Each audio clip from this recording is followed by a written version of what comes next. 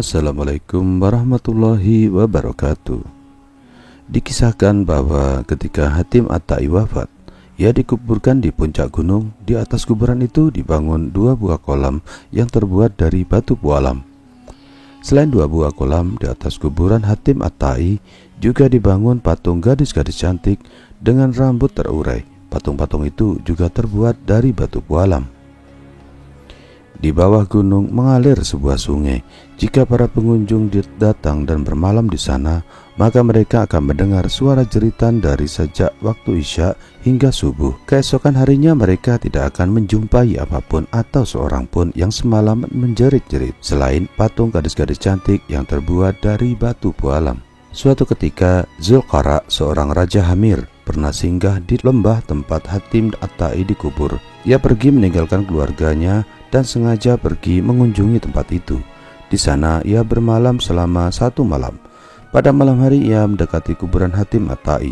Tiba-tiba ia mendengar jeritan wanita dari arah puncak gunung tempat Hatim At-Tai dikuburkan. "Suara apakah yang datang dari atas sana?" tanya Raja Zulqara kepada para pengunjung dengan penuh rasa heran. "Itu adalah kuburan Hatim At-Tai," sahut salah seorang pengunjung yang mencoba menjelaskan. Di atas kuburannya ada 2 telaga yang terbuat dari batu pualam, dan di dekat telaga ada patung para gadis cantik yang terbuat dari batu pualam juga. Patung gadis-gadis cantik itu tengah mengurai rambutnya, dan setiap malam para pengunjung akan mendengar jeritan semacam itu di tempat ini. "Wahai Tuan Hatim At-Tai, malam ini kami adalah tamu-tamu Tuan. Kami sedang kelaparan," teriak Raja Zulqara. Mendadak Raja Zulqara diserang rasa kantuk yang sangat berat.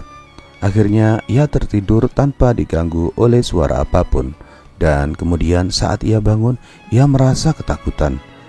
"Wahai orang-orang Arab, kemarilah kalian, bergabunglah dengan kami dan lihatlah perbekalanku," panggil Raja Zulqara kepada para pengunjung. Kemudian orang-orang berdatangan mengerumuninya. Mereka menemukan unta yang telah disembelih. Sang raja pun mengulitinya. Mereka pun ikut mencuci dan memasak daging unta itu. Kemudian mereka memakannya bersama-sama. Setelah itu barulah mereka bertanya tentang sebab ketakutan sang raja.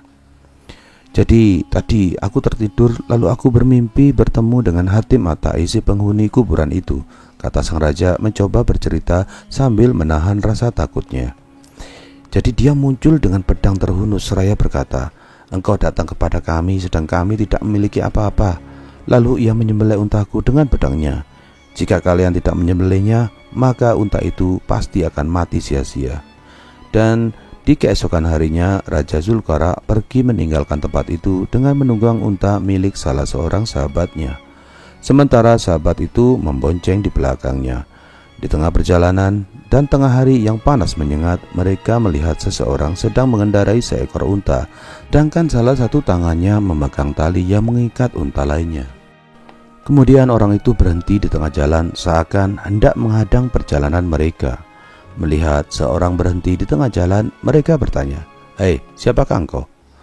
"Aku adalah Adi bin Hatim At-Tai," jawab si pengendara unta. "Sudikah tuan-tuan menunjukkan padaku siapakah di antara tuan-tuan yang bernama Zulqara, sang Raja Hamir?" "Inilah orang yang kau maksud," jawab beberapa orang sambil menunjuk kepada Raja Zulqara. "Tuan, ambillah unta ini sebagai ganti unta tuan yang telah disembelih ayahku. Ayahku telah menyembelih unta tuan untuk menjamu para tamu," tukas Adi bin Hatim At-Tai. "Hei, siapakah yang memberitahumu hal itu kepadamu?" tanya Raja Zulqara heran. "Ayahku datang kepadaku dalam mimpi pada malam ini. Ayahku datang kepadaku dan berkata, 'Adi anakku, Raja Zulqara dari Hamir telah bertamu kepadaku, namun ia tidak mempunyai apapun.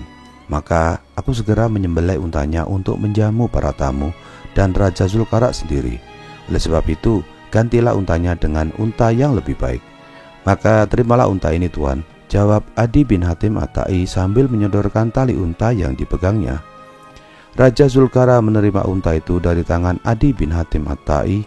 Ia geleng-geleng kepala keheranan sekaligus kagum atas kedermawanan Hatim At-Tai, baik ketika masih hidup bahkan ketika dia sudah mati. Demikianlah salah satu hikayat yang cukup pendek dari kisah 1001 Malam. Semoga dari kisah tersebut kita bisa memetik hikmah dan pelajaran darinya. Wassalamualaikum warahmatullahi wabarakatuh.